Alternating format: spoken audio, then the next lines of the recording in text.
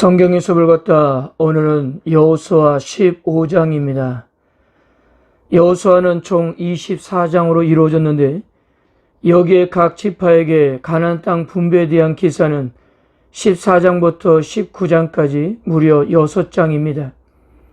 계속적으로 말씀드리지만 이런 내용이 현대를 살아가는 우리들에게 무슨 의미가 있을까라고 생각하겠지만 이 내용들은 하나님께서 얼마나 신실하셨는지를 보여주고 있는 것입니다. 아브라함에게 그 가나안 땅을 약속하신 하나님께서는 결국 가나안 땅을 정복하게 하시고 각 지파별로 그 땅에 정착하게 하셨던 것입니다.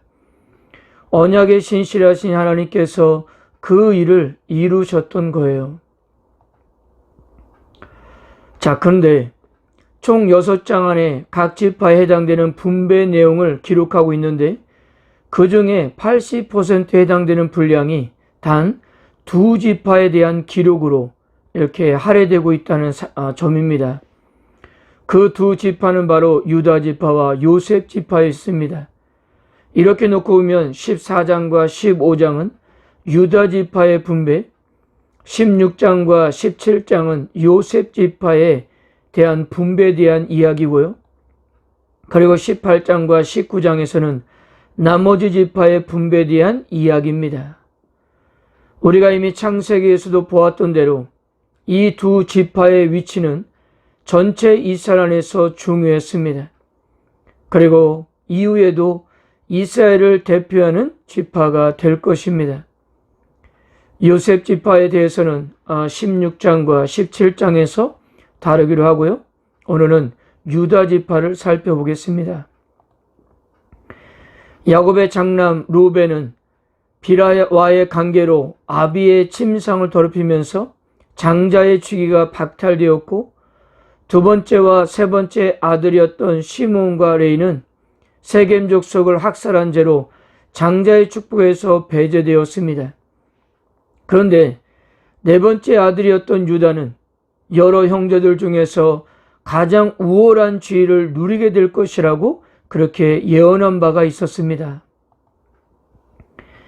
야곱은 그를 통하여 이스라엘의 지도자들이 지속적으로 등장할 것이고 최종적으로 메시아가 유다 지파를 통해서 온다고 하였습니다. 아울러 유다 자손이 큰 풍요를 누리게 될 것이라고 예언을 했었습니다.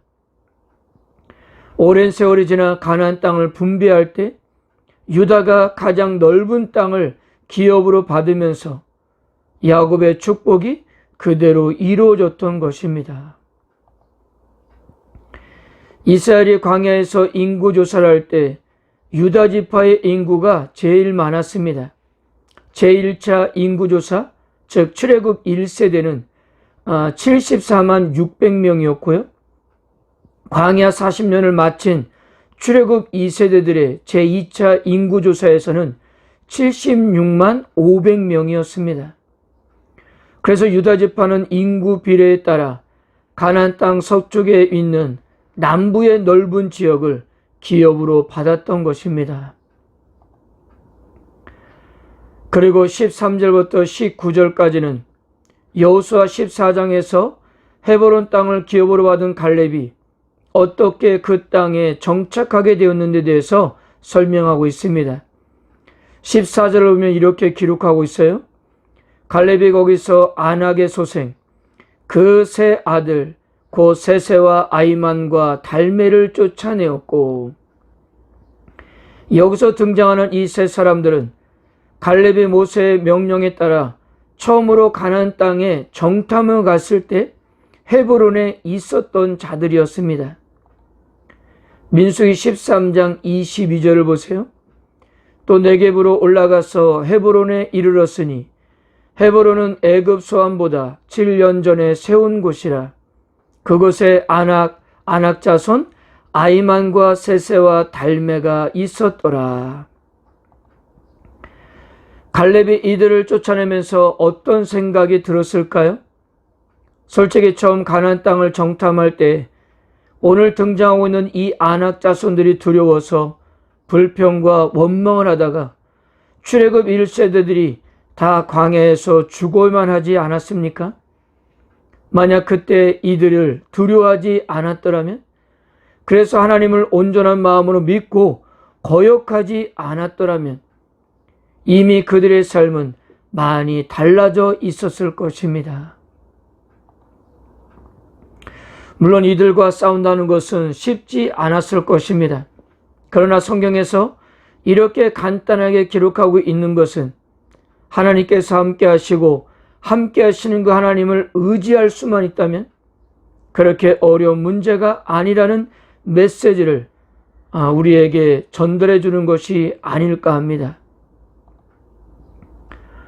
그리고 갈렙은 그 여세를 몰아 기랴세벨이라는 알려진 드밀도 이렇게 쳤습니다.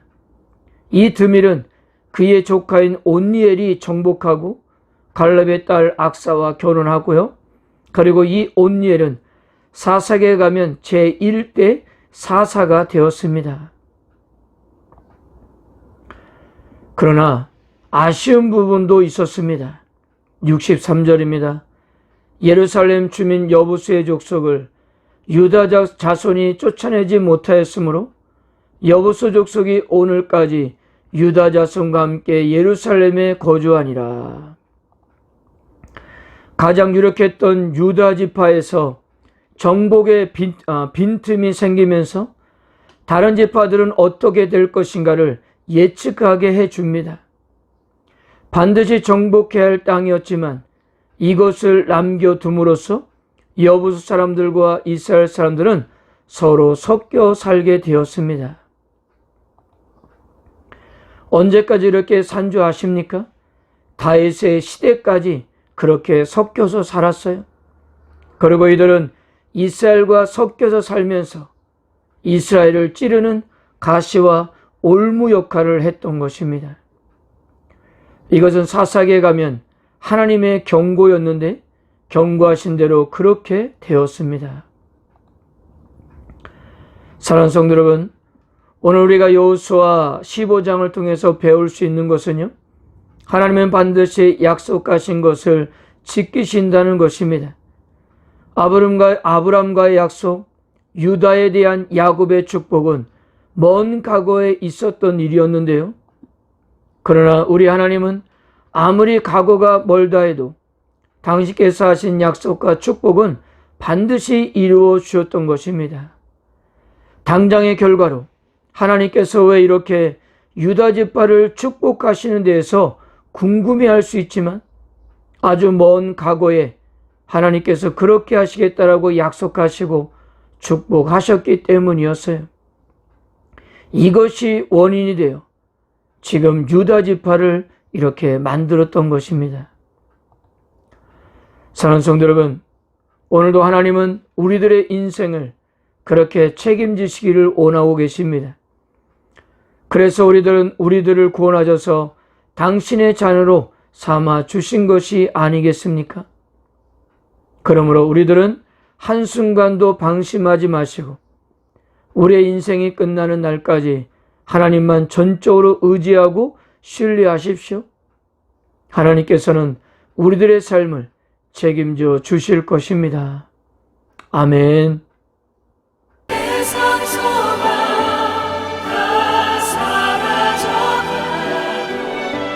주의 사랑은 끝이